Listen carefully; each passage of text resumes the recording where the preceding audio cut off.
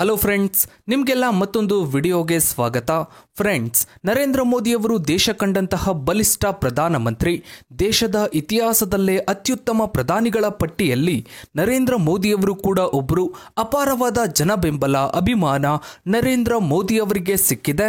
ಭಾರತೀಯರೆಲ್ಲರೂ ಒಮ್ಮತದಿಂದ ಒಪ್ಪಿಕೊಂಡ ಪ್ರಧಾನಿ ಅಂದ್ರೆ ಅದು ನರೇಂದ್ರ ಮೋದಿ.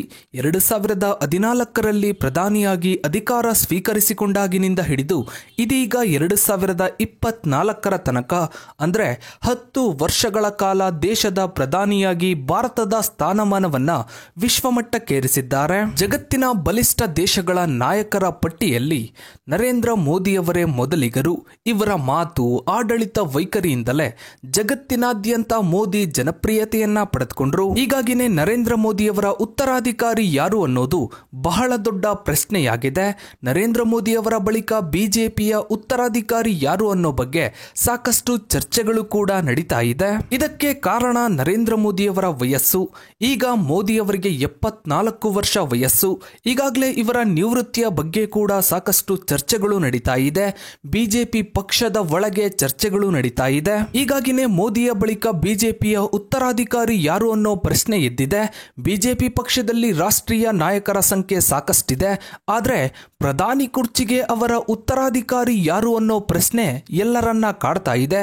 ಹಾಗಾದ್ರೆ ನರೇಂದ್ರ ಮೋದಿಯವರ ಉತ್ತರಾಧಿಕಾರಿ ಯಾರು? 75 ವರ್ಷಕ್ಕೆ ಮೋದಿ ರಾಜೀನಾಮೆ ನೀಡ್ತಾರಾ? ಉತ್ತರ ಪ್ರದೇಶದ ಪವರ್ಫುಲ್ ಸಿಎಂ ಯೋಗಿ ಆದಿತ್ಯನಾಥ್ ಮೋದಿಯ ಉತ್ತರಾಧಿಕಾರಿ ಆಗ್ತಾರಾ? ಅಮಿತ್ ಶಾ ಸುಲಭವಾಗಿ ಪ್ರಧಾನಿ ಕುರ್ಚಿ ಬಿಟ್ಟು ಕೊಡ್ತಾರಾ? ಪ್ರಧಾನಿ ರೇಸ್ನಲ್ಲಿರುವ ಆ ಘಟಾನುಘಟಿಗಳು ಯಾರು? ಎಲ್ಲವನ್ನ ಇವತ್ತಿನ ಈ ಒಂದು ವಿಡಿಯೋದಲ್ಲಿ ಹೇಳ್ತಾ ಇದ್ದೀವಿ.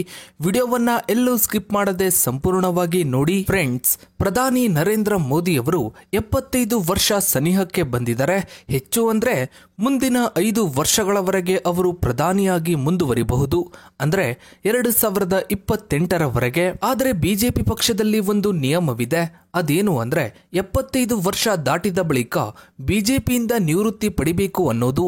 ಆದ್ರೆ ಈ ಬಾರಿಯ ಚುನಾವಣೆಯಲ್ಲಿ ಮತ್ತೆ ಬಿಜೆಪಿ ಅಧಿಕಾರದ ಚುಕ್ಕಾಣಿ ಹಿಡಿದ ಬಳಿಕ ಅಮಿತ್ ಶಾ ಈ 5 ವರ್ಷವೂ ಮೋದಿಯವರೇ ಪ್ರಧಾನಿಯಾಗಿರ್ತಾರೆ, ಅದರಲ್ಲಿ ಯಾವುದೇ ಸಂಶಯ ಬೇಡ ಅಂತ ಹೇಳಿದ್ರು. ಆದ್ರೆ ಮುಂದಿನ ಪ್ರಧಾನಿ ಹುದ್ದೆಗೆ ಬಿಜೆಪಿಯ ಉತ್ತರಾಧಿಕಾರಿ ಯಾರು ಅನ್ನೋದೇ ಯಕ್ಷ ಪ್ರಶ್ನೆಯಾಗಿದೆ. ಪ್ರಧಾನಿ ರೇಸ್ನಲ್ಲಿ ಹಲವಾರು ಘಟಾನುಘಟಿಗಳಿದ್ದಾರೆ. ಅಮಿತ್ ಶಾ, ಯೋಗಿ ಆದಿತ್ಯನಾಥ್, ನಿತಿನ್ ಗಡ್ಕರಿ, ರಾಜನಾಥ್ ಸಿಂಗ್, ಶಿವರಾಜ್ ಸಿಂಗ್ ಚೌಹಾಣ್, ಹೀಗೆ ಹಲವು ನಾಯಕರು ಪ್ರಧಾನಿ ರೇಸ್ನಲ್ಲಿದ್ದಾರೆ. ಇವರಲ್ಲೇ ಪ್ರಧಾನಿ ಕುರ್ಚಿಗೆ ಸಾಕಷ್ಟು ಪೈಪೋಟಿ ನಡೀತಾ ಇದೆ. ಪಕ್ಷದ ಒಳಗೂ ಬೆಂಬಲ ಸಿಗಬೇಕು, RSS ನಿಂದಲೂ ಯಾವುದೇ ಭಿನ್ನಾಭಿಪ್ರಾಯ ಬರಬಾರದು. ಇದೆಲ್ಲದರ ಜೊತೆಗೆ ದೇಶದ ಜನರ ಒಲವು ಕೂಡ ಇವರ ಮೇಲೆ ಇರಬೇಕಾಗುತ್ತೆ. ಈಗಾಗಲೇ ಸಾಕಷ್ಟು ಸಂಸ್ಥೆಗಳು ಹಲವು ಸಮೀಕ್ಷೆಗಳನ್ನ ನಡೆಸ್ತಾ ಇವೆ. ಕಳೆದ ಕೆಲವು ತಿಂಗಳುಗಳಿಂದ ಈ ಸಮೀಕ್ಷೆಯನ್ನ ನಡೆಸಿಕೊಂಡು ಬರಲಾಗ್ತಾ ಇದೆ. ಅದರಲ್ಲೂ ಬಹಳ ಮುಖ್ಯವಾಗಿ ನರೇಂದ್ರ ಮೋದಿಯವರ ಉತ್ತರಾಧಿಕಾರಿ ಯೋಗಿ ಆದಿತ್ಯನಾಥ್ ಅಂತ ದೇಶದ ಜನ ಬಹಳ ದೊಡ್ಡ ಮಟ್ಟದಲ್ಲಿ ಚರ್ಚೆಯನ್ನ ಮಾಡ್ತಾ ಇದ್ದಾರೆ. ಅದರಲ್ಲೂ UPಯಲ್ಲಿ ಯೋಗಿ ಅವರ ಆಡಳಿತ ವೈಖರಿ ಕಂಡ ದೇಶದ ಜನ ಮೋದಿಯವರ ಬಳಿಕ ಯೋಗಿ ಆದಿತ್ಯನಾಥ್ ಅವರೇ ಪ್ರಧಾನಿ ಆಗ್ಬೇಕು ಅಂತ ತುಂಬಾ ದೊಡ್ಡ ಮಟ್ಟದಲ್ಲಿ ಬೆಂಬಲವನ್ನ ತೋರಿಸ್ತಾ ಇದ್ದಾರೆ. ಆದ್ರೆ ಬಿಜೆಪಿ ಪಕ್ಷದಲ್ಲೇ ಯೋಗಿ ಆದಿತ್ಯನಾಥ್ ಅವರನ್ನ ಮೂಲೆ ಗುಂಪು ಮಾಡಲಾಗ್ತಾ ಇದೆ ಅನ್ನೋ ಬಗ್ಗೆ ಕೂಡ ಸಾಕಷ್ಟು ಚರ್ಚೆಗಳು ನಡೀತಾ ಇದೆ. ಅಂದ್ರೆ ಇದರ ಅರ್ಥ ನರೇಂದ್ರ ಮೋದಿ ಅವರ ಬಳಿಕ ಪ್ರಧಾನಿ ಕುರ್ಚಿಗಾಗಿ ಬಿಜೆಪಿಯಲ್ಲೇ ಬಹಳ ದೊಡ್ಡ ಪೈಪೋಟಿ ಇದೆ ಅನ್ನೋದು ಸ್ಪಷ್ಟವಾಗಿ ತಿಳಿಯುತ್ತೆ. ಮೋದಿಯವರು ಕಾಂಗ್ರೆಸ್ನ ಕುಟುಂಬ ರಾಜಕೀಯವನ್ನ ವಿರೋಧಿಸುತ್ತಲೇ ಬಂದ್ರು. ಬಹಳ ಮುಖ್ಯವಾಗಿ ಮೋದಿಯವರಿಗೆ ದೇಶದಲ್ಲಿ ಜನಪ್ರಿಯತೆ ಸಿಗೋದಕ್ಕೆ ಇದೇ ಮುಖ್ಯ ಕಾರಣ ಅಂತಾನೂ ಹೇಳಬಹುದು. ಮೋದಿಯವರು ದೇಶಕ್ಕಾಗಿ ತಮ್ಮನ್ನ ತಾವು ಮುಡುಪಾಗಿಟ್ಟವರು.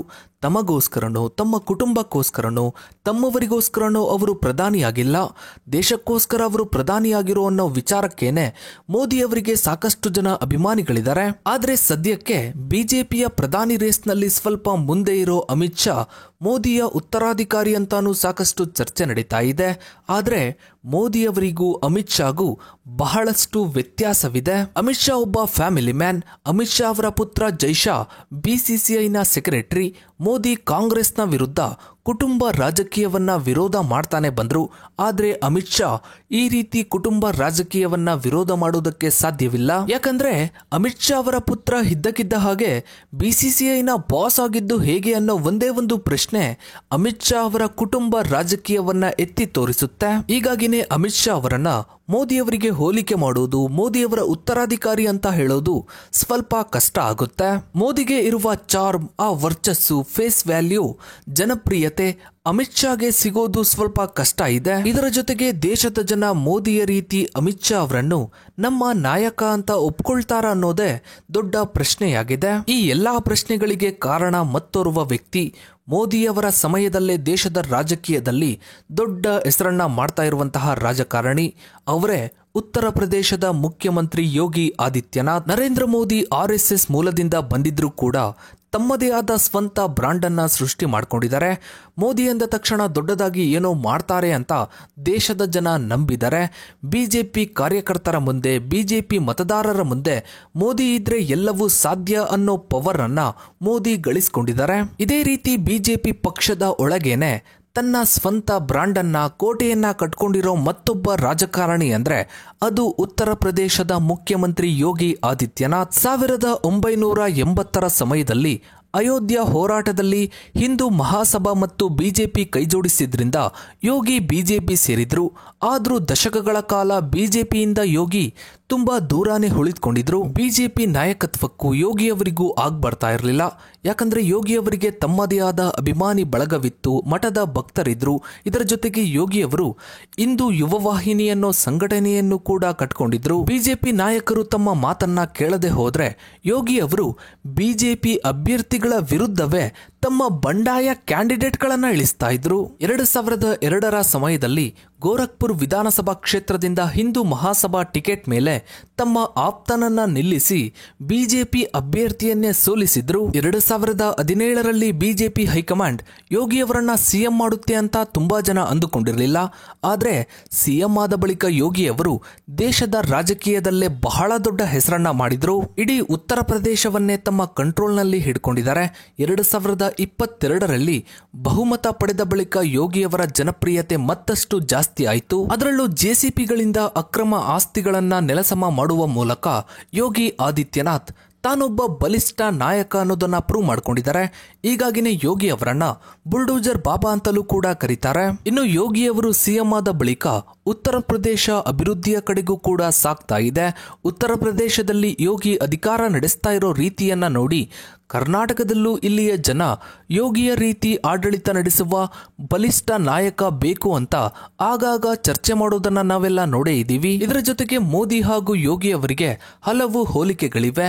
ಯೋಗಿ ಓರ್ವ ಸನ್ಯಾಸಿ, ಮದುವೆ ಇಲ್ಲ, ತಮ್ಮ ಪ್ರಮಾಣ ವಚನ ಸ್ವೀಕರಿಸುವ ಟೈಮ್ನಲ್ಲೂ ತಮ್ಮ ಫ್ಯಾಮಿಲಿಯನ್ನ ಅವರು ಕರೆದಿರಲಿಲ್ಲ. ಸಿಎಂ ಆದ ಬಳಿಕವೂ ತಮ್ಮ ಫ್ಯಾಮಿಲಿಯಿಂದ ತುಂಬಾ ದೂರನೇ ಇದ್ದಾರೆ. ಹೀಗಾಗಿ ಬಿಜೆಪಿಯಲ್ಲಿ ಯೋಗಿ ಆದಿತ್ಯನಾಥ್ ಅವರಿಗೂ ಮೋದಿಯವರ ಬಳಿಕ ಉತ್ತರಾಧಿಕಾರಿ ಜವಾಬ್ದಾರಿಯನ್ನ ಕೊಡ್ತಾ ಇದ್ದಾರೆ. ಯೋಗಿ ಕೂಡ ಮೋದಿಯವರ ರೀತಿ ದೇಶಕ್ಕಾಗಿ ತಮ್ಮ ಬದುಕನ್ನ ಮುಡುಪಾಗಿಟ್ಟವರು ಅಂತ ಬೆಂಬಲಿಗರು ಬಿಂಬಿಸ್ತಾ ಇದ್ದಾರೆ. ಮೋದಿಯವರ ಸಮಯದಲ್ಲೇ ಯೋಗಿಯವರಿಗೂ ದೇಶದ ಜನರಿಂದ ಪ್ರೀತಿ ಸಿಗ್ತಾ ಇದೆ, ಜನಪ್ರಿಯತೆ ಸಿಗ್ತಾ ಇದೆ. ಮೋದಿಯ ರೀತಿ ಅದ್ಭುತವಾಗಿ ಮಾತನಾಡ್ತಾರೆ. ಮೋದಿ ಅವರ ರೀತಿ ಆಡಳಿತ ವೈಖರಿ ಯೋಗಿಯವರಿಗೂ ಇದೆ. ಮೋದಿ ಗುಜರಾತ್ ಸಿಎಂ ಆಗಿದ್ದಾಗ ಗುಜರಾತ್ ಮಾಡೆಲ್ ಅನ್ನ ದೊಡ್ಡದಾಗಿ ಪ್ರಚಾರ ಮಾಡ್ತಾ ಇದ್ರು. ಈಗ ಯೋಗಿ ಯುಪಿ ಮಾಡೆಲ್ ಅನ್ನ ದೊಡ್ಡದಾಗಿ ಪ್ರಚಾರ ಮಾಡ್ತಾ ಇದ್ದಾರೆ. ಯುಪಿ ಮಾಡೆಲ್ ಅಂದ್ರೆ ಎನ್ಕೌಂಟರ್ ಮತ್ತು ಬುಲ್ಡೋಸರ್. ಈ ಎನ್ಕೌಂಟರ್ ಮತ್ತು ಬುಲ್ಡೋಸರ್ ಪ್ರಯೋಗದ ಮೂಲಕ ಯೋಗಿ ತಾನೊಬ್ಬ ಬಲಿಷ್ಠ ನಾಯಕ ಅಂತ ಬಿಂಬಿಸಿಕೊಳ್ತಾ ಇದ್ದಾರೆ. ಯೋಗಿ ಆದಿತ್ಯನಾಥ್ ಉತ್ತರ ಪ್ರದೇಶದ ನಾಯಕ. ಯುಪಿಯಲ್ಲಿ 80 ಲೋಕಸಭಾ ಸೀಟ್ಸ್ ಇವೆ.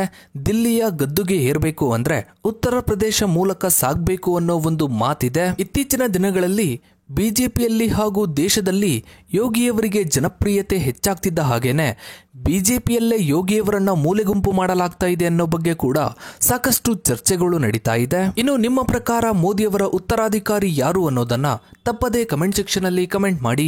ಹಾಗೆ ವಿಡಿಯೋಗೊಂದು ಲೈಕ್ ಮಾಡ್ತಾ ವಿಡಿಯೋನ ಆದಷ್ಟು ಎಲ್ಲ ಕಡೆ ಶೇರ್ ಮಾಡಿ. ನೀವಿನ್ನು ನಮ್ಮ ಚಾನಲ್ಗೆ ಸಬ್ಸ್ಕ್ರೈಬ್ ಆಗಿಲ್ಲ ಅಂದ್ರೆ ಕೆಳಗಡೆ ಕಾಣುವ ಸಬ್ಸ್ಕ್ರೈಬ್ ಬಟನ್ ಕ್ಲಿಕ್ ಮಾಡಿ. ಹಾಗೆ ಪಕ್ಕದಲ್ಲಿ ಕಾಣೋ ಬೆಲ್ ಐಕನ್ ಕೂಡ ಕ್ಲಿಕ್ ಮಾಡಿ. Thanks for watching.